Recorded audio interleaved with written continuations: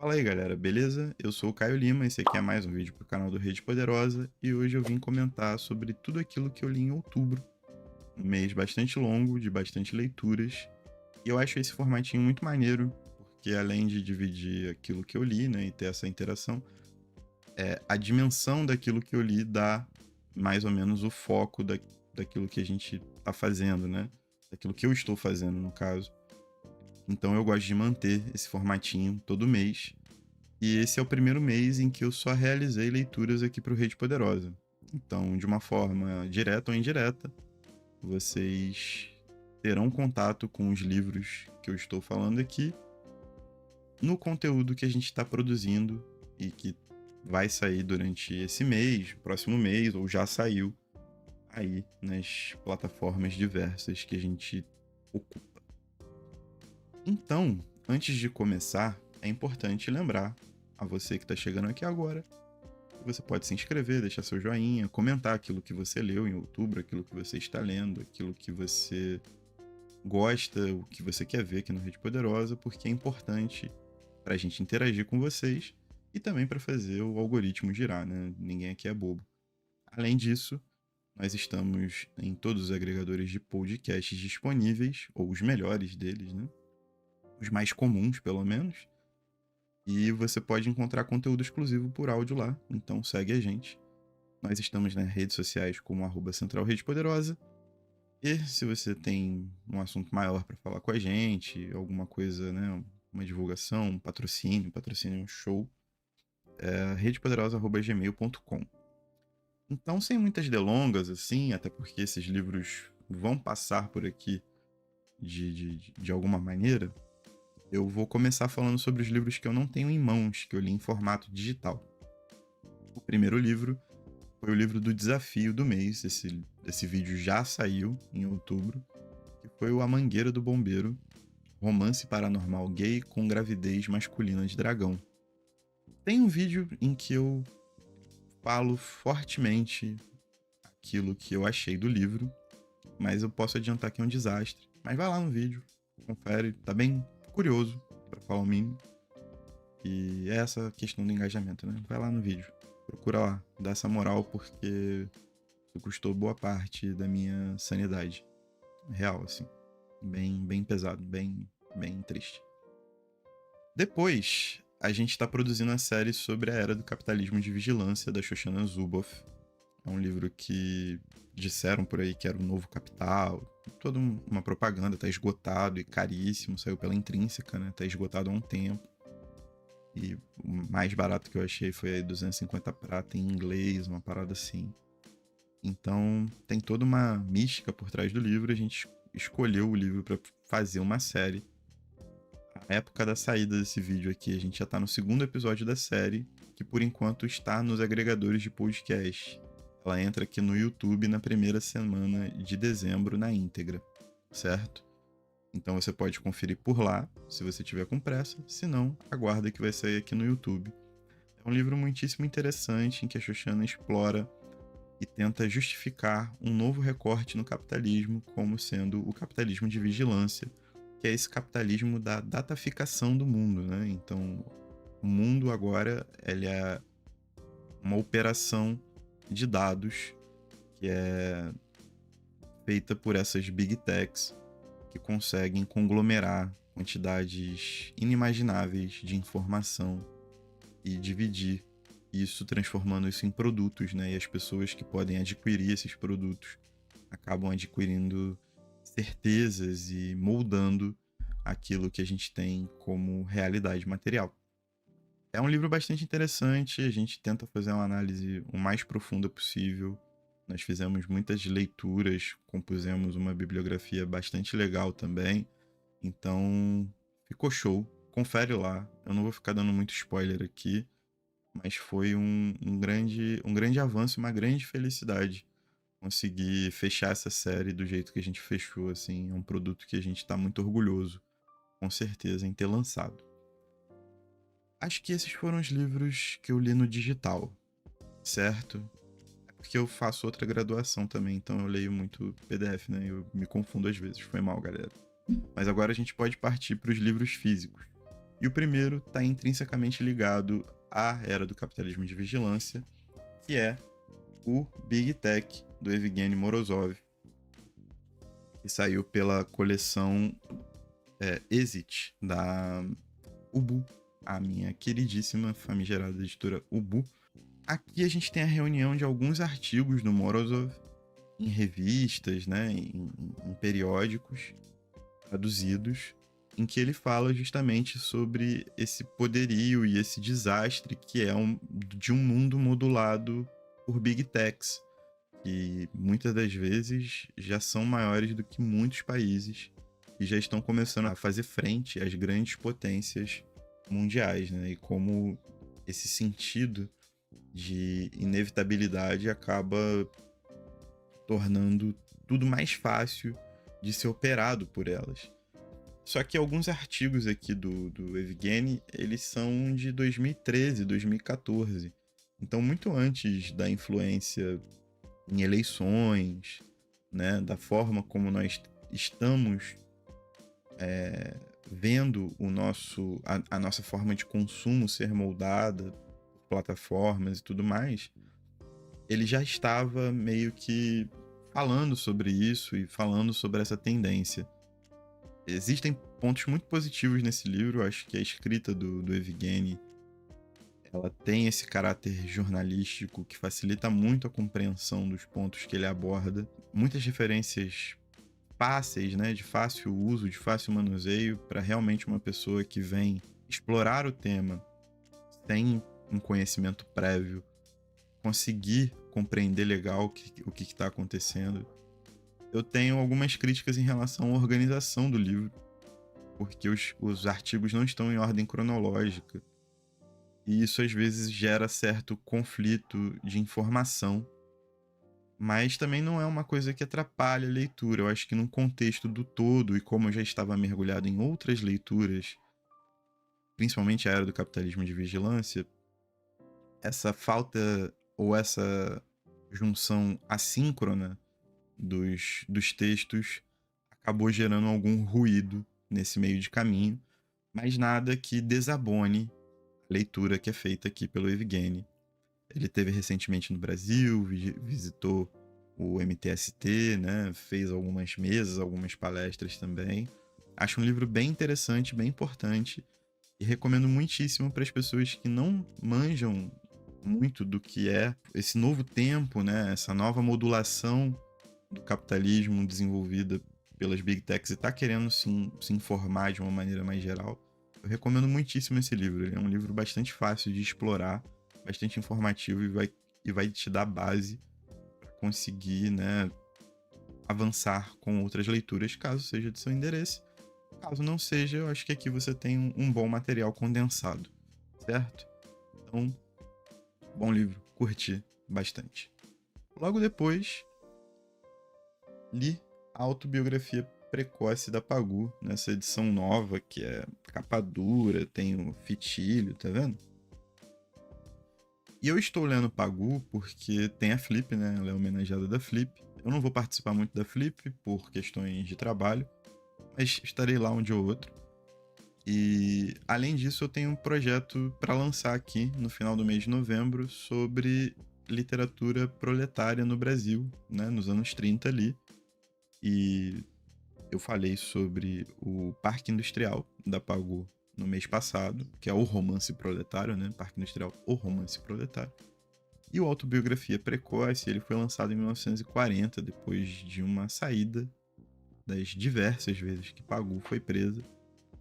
E ele narra, justamente, né? Ela narra aqui como foi o seu envolvimento político, principalmente, e como ela se movia dentro do partido, as divergências dela, os setores pelos quais ela circulou, tudo isso de uma maneira muito interessante, um ponto de vista muito corrido, solto, uma narrativa fluida, que se lê muito fácil. Existe uma questão emocional muito forte, porque ela era casada com o Oswald de Andrade, né? Ou Oswald, né? Enfim, era algum de Andrade.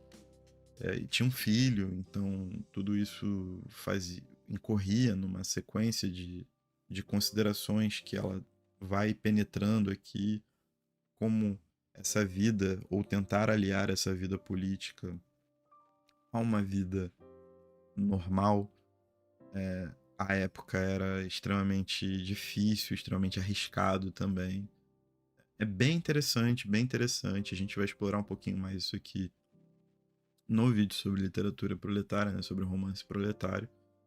Mas recomendo, acho maneiro. A obra da Pagu, ela não é uma obra extensa, mas é uma obra forte, é uma obra contundente, é bastante interessante. Então fica a minha recomendação. Seguindo na linha dos romances proletários, nós temos aqui Os Corumbás, do Amando Fontes. Foi um livro também lançado nos anos 30, né? E aqui ele fala sobre, ele narra a vida de uma comunidade de trabalhadores e como eles se comportavam ali naquele meio, a situação de pobreza, de miséria, como era difícil arrumar um médico, e como no sertão nordestino, né, você tinha poucas empresas e se você se revoltasse pela maneira como você era tratado, uma maneira absolutamente cruel, virulenta, você meio que ficava sem saída, você tinha que implorar, você tinha que dever favores para voltar a trabalhar, ganhando uma mixaria por mês que mal dava para você comer, mal dava para você se vestir direito, né? Um romance proletário na raiz, né, no cerne da sua existência, da sua razão de ser, o que é bastante importante. E tá sendo muito maneiro. De uma forma geral, são romances que têm seus aspectos particulares, mas se parecem em contexto, né, em como eles são. Eles levantam suas questões. Mas tem sido uma incursão bem interessante pela produção literária brasileira da primeira metade do século XX. Então fica aí, Os Corumbás, bom livro, Amando Fontes, um autor que eu não conhecia nem de nome, mas que apareceu como uma boa surpresa. Logo depois, realmente uma surpresa, Caminho de Pedras, da Raquel de Queiroz. Sim, é a Raquel de Queiroz que teve um triste fim defendendo a ditadura, mas nos anos 30, inclusive, ela foi uma das pessoas que mais incentivou o nosso querido Jorge Amado a ir pelos caminhos das esquerdas brasileiras, por essas veredas, né, mais revolucionárias. E em Caminho de Pedras, ela vai contando a história de, de dois núcleos que se entrelaçam dentro de uma realidade fabril, dentro de uma realidade proletária. É bem comum, se você ler o Parque Industrial, é bem parecida essa realidade. Só que aqui você tem um romanção mesmo, né? Você tem um novelão em que existe traição, em que existe essa busca pelo amor, né? Pelo amor idealizado, em conjunto às organizações de trabalhadores e a efervescência de ideias mais ligadas a uma organização partidária comunista barra socialista no Brasil daquela época. Então, ao mesmo tempo em que tem uma questão de adultério, que é bem comum, né, na literatura como um todo, você tem esse adultério sendo realizado por uma afinidade ideológica que vai culminar na formação de um sindicato, tá ligado? Então é isso, vira um saladão legal, assim, é um romance bastante fluido, bem escrito, que em nada lembra Raquel de Queiroz do final da vida. É, total triste fim, né? Mas é isso, tá sendo uma experiência maneira, cara. Tá sendo uma experiência legal, assim. Foi um livro bacana de ler, rápido, bem corridão, bem simples, bem formulaico também, mas maneiro. Show. E aí a gente vai, na onda da literatura proletária ainda, a gente vai para Jorge Amado, primeiro com Cacau. Esse aqui que é o segundo livro do Jorge Amado, se não me engano, foi publicado em 1934, e ele fala a história de um rapaz, né? Tem um centro primordial, mas depois ele se dissipa e fica muito mais coletivo, muito mais descentralizado na sua potencialidade narrativa. Mas a primeira história que emerge aqui é de um rapaz que ele é herdeiro de uma fábrica em São Cristóvão, no Sergipe. Logo depois do pai morrer, o tio meio que dá um golpe, ele torna-se, né, o tio torna-se o diretor, o dono da fábrica, e o rapaz é um proletário. E ele não aceita essa situação e decide buscar sorte nas fazendas de cacau, na região de Ilhéus, na Bahia. E lá ele vai conhecendo toda a organização cacaueira da, da época. E aí sim, essas vozes vão se coletivizando e esses problemas vão se tornando mais comuns, inclusive o envolvimento dele com a filha de um dos fazendeiros. E como isso coloca esse personagem principal em... que eu não lembro o nome, infelizmente, tá, gente? Mas lá no vídeo vai estar tudo anotado direitinho. Em como esse personagem se sente em conflito em relação às suas aspirações pessoais e aquilo que ele acredita ser certo pro coletivo e a sua vontade de mudança coletiva, a sua vontade de se rebelar contra a exploração, contra os maus tratos, contra a fome, contra a pobreza extrema, sabe? É um romance que ele é bem, de certa forma, parecidos com os demais, mas Jorge Amado aqui tem uma fluidez e uma cadência muito mais ágil que nos outros romances. Ele é menos formulaico, ele começa a investir numa estética muito própria, que depois vai dar vazão aos grandes romances dele, né, que o tornaram esse fenômeno do século XX, né, esse fenômeno das letras brasileiras, e além de ter escrito, sei lá, mais de 50 livros.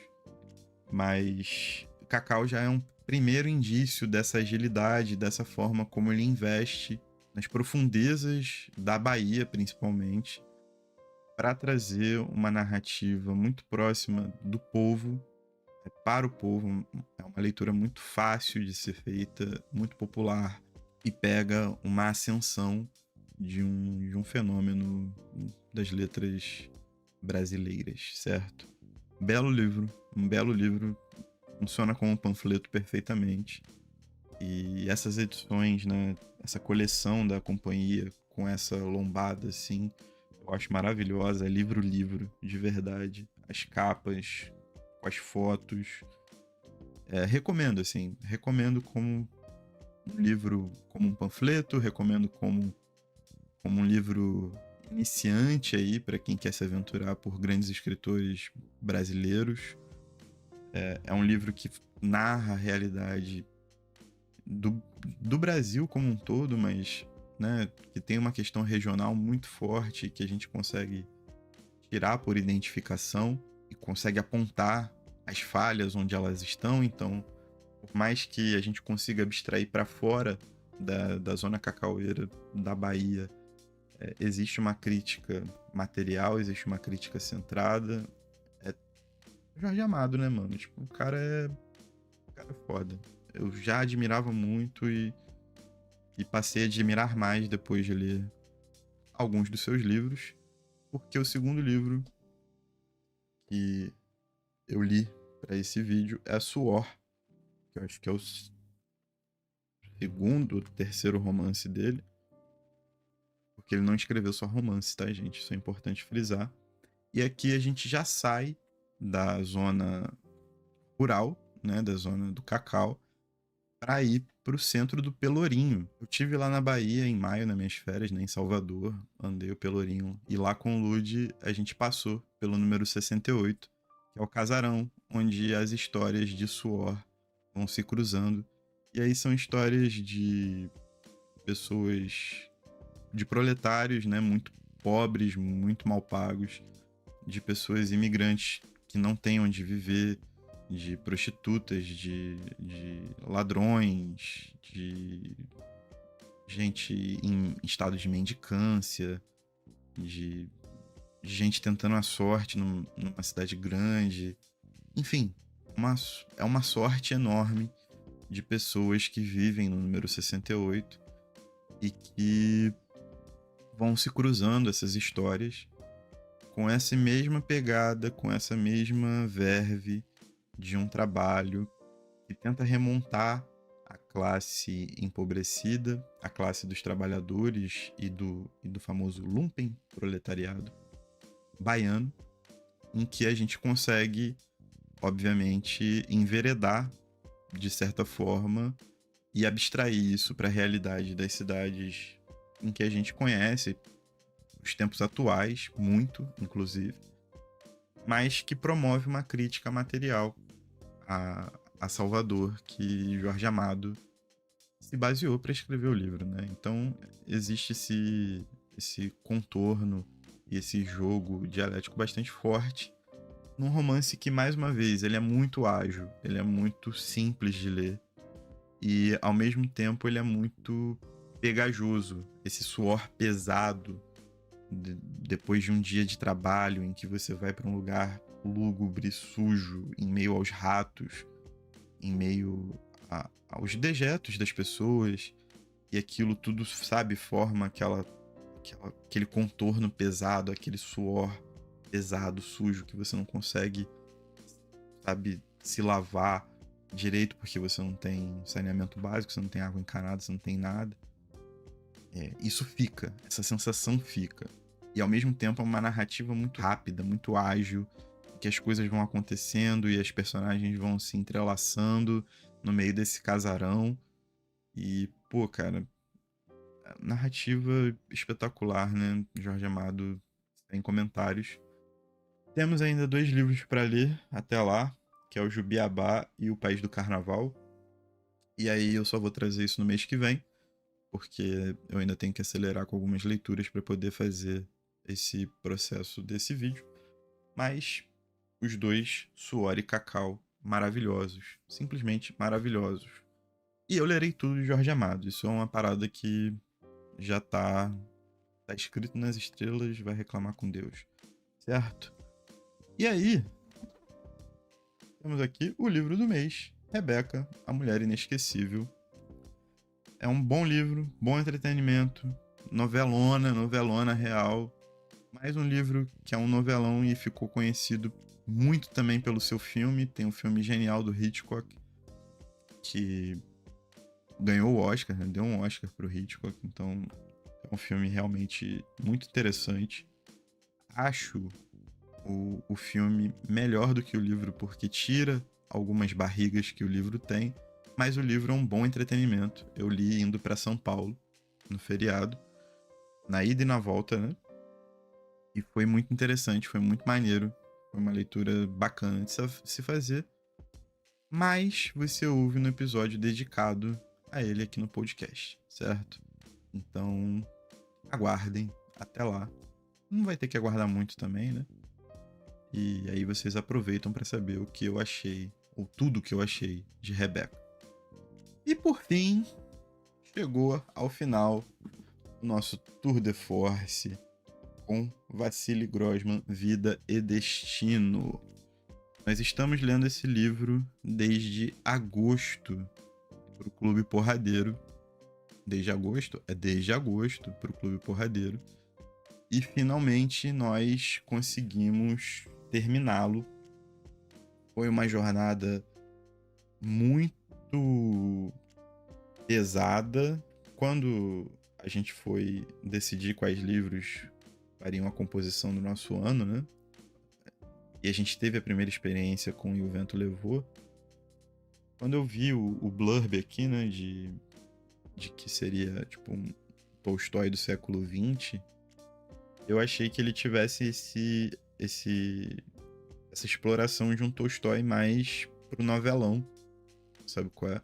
Apesar de todas as divagações psicológicas, teológicas que o Tolstói apresenta em momentos diferentes da vida, eu achei que ele estaria mais no espectro de um novelão sobre Segunda Guerra. E na real, isso aqui é meio que um documento, né? O Vassili, ele foi correspondente de Stalingrado, ele acompanhou Stalingrado, ele esteve no campo de Treblinka também.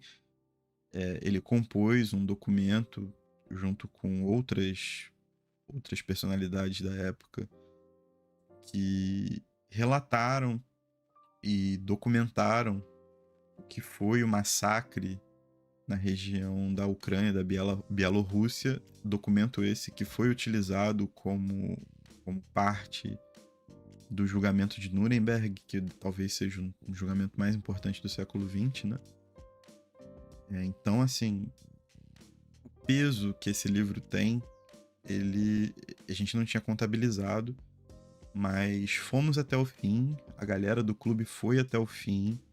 Muitos momentos em que a gente quase chorou mesmo, quase abriu o berreiro, porque tem alguns momentos aqui que são aterradores, que mostram uma dor, que mostram uma sensibilidade profunda para entender as mazelas que compõem uma guerra e as camadas que compõem uma guerra, camadas de destruição, de dor, de aflição, de pesadelo, que, cara, só um autor com uma caneta magistral conseguiria repercutir, sabe? Foi realmente uma viagem, o que foi aquele espaço, o que foi aquele lugar. Assim, se for falar, pô, é um livro perfeito, eu acho que não tem. Eu recuso muito essa questão do livro perfeito, né?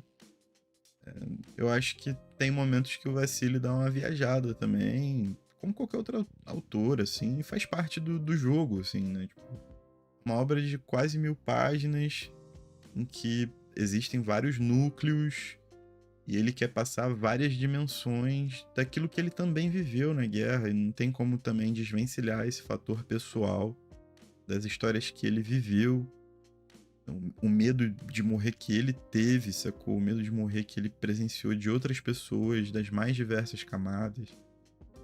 A forma como esse livro foi escrito depois de tudo que aconteceu. A odisseia para esse livro ter sido publicado também, ele saiu no microfilme, foi publicado só na França, depois nos Estados Unidos, e depois só em 1989 que ele foi publicado, 1980, ele foi publicado na União Soviética, mas já era, né, um período de ocaso da União Soviética. E ao mesmo tempo, tipo, ele era censurado, ele não tinha exatamente uma vida, ele não era um preso político, mas ele não conseguia publicar um épico como esse. Tudo isso gera uma série de questionamentos, uma série de dinâmicas que vão tornando o livro mais eloquente. Uma coisa que a gente comentou muito sobre sobre no clube, né? Que é, pô, acabou de ser lançado Stalingrado, né? Que seria o primeiro volume desse Vida e Destino aqui, né? São como se fossem 2 volumes, que é até um pouco maior do que esse daqui. E a gente não viu uma divulgação massiva, né, do que seria o Tolstói do século XX, né, do que seria um escritor tão determinante para a literatura de ficção produzida a partir da Segunda Guerra Mundial, que é uma vertente da ficção muito explorada pelo mercado editorial brasileiro. Bom, eu desconfio de alguns porquês, mas eu não tenho cacife, eu não tenho autoridade para falar nada. E a gente discutiu muito isso no clube, eu também não quero tirar a particularidade do clube e das pessoas que se propuseram a ler com a gente e trazer isso para cá.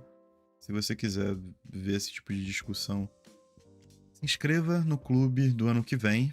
Já temos os livros decididos, é só ir no episódio de Planejando 2024. E aí você vê se você quer fazer parte. Eu acho que é um bom negócio, porque tem sido uma experiência muito bacana. Em relação aos livros, obviamente, o objetivo do clube é tirar esses calhamaços da estante e promover uma leitura atenta e acompanhada, né, entre pessoas que vão criando laços de amizade ali dentro, de confluência de ideias. Eu acho que a parte mais interessante do clube é essa mesmo, tipo, de reunir pessoas que querem ler, né, tem um determinado fim, mas essas discussões acabam extrapolando e acabam virando uma troca de ideias que deixa livros como Vida e Destino menos pesados, né? Porque você tem alguém para ir discutindo, você tem alguém para ir acompanhando, você tem alguém sempre ali para tá como apoio, como tira dúvida, como parceiro de discussão. Tem sido uma experiência muito valiosa, eu tenho me sentido muito feliz em relação aos encontros do clube. E Vida e Destino foi um desafio para todo mundo que leu, mas eu acho que valeu muito a pena. Valeu muito a pena real, assim. Eu acho que a gente tem aqui uma obra absolutamente incontornável do século XX. E leiam, cara, leiam, recomendo. Demora, é sofrido, tem algumas reflexões que são muito pesadas, tem algumas passagens que são muito tristes, tem algumas viagens também, faz parte do jogo, mas vale muito a pena a leitura real. Leiam Vida e Destino e, basicamente, com isso, eu encerro o meu mês de leituras aqui no Rede Poderosa, né? O meu mês de outubro, em que, como vocês puderam ver, houve leituras direcionadas para o Rede Poderosa em algum nível, direto ou indiretamente. Comenta aqui embaixo o que vocês leram em outubro, o que vocês estão lendo, o que vocês querem ler, se algum desses livros aqui interessou a vocês, se existe alguma recomendação baseada nesses livros. É sempre bom interagir, o pessoal aqui do YouTube está sendo muito maneiro, muito receptivo com a gente, isso tem sido bastante legal de ver. E é isso, se você chegou até aqui, já aproveita, se inscreve no canal, deixa seu joinha, comenta. Algoritmo, algoritmo, algoritmo. Estamos nas plataformas de streaming, né, nos agregadores de podcast. Estamos nas redes sociais, como @Central Rede Poderosa. E se você tiver alguma parada para mandar pra gente, principalmente se for um patrocínio, uma grana, um pix, redepoderosa@gmail.com, beleza? É isso, a gente se fala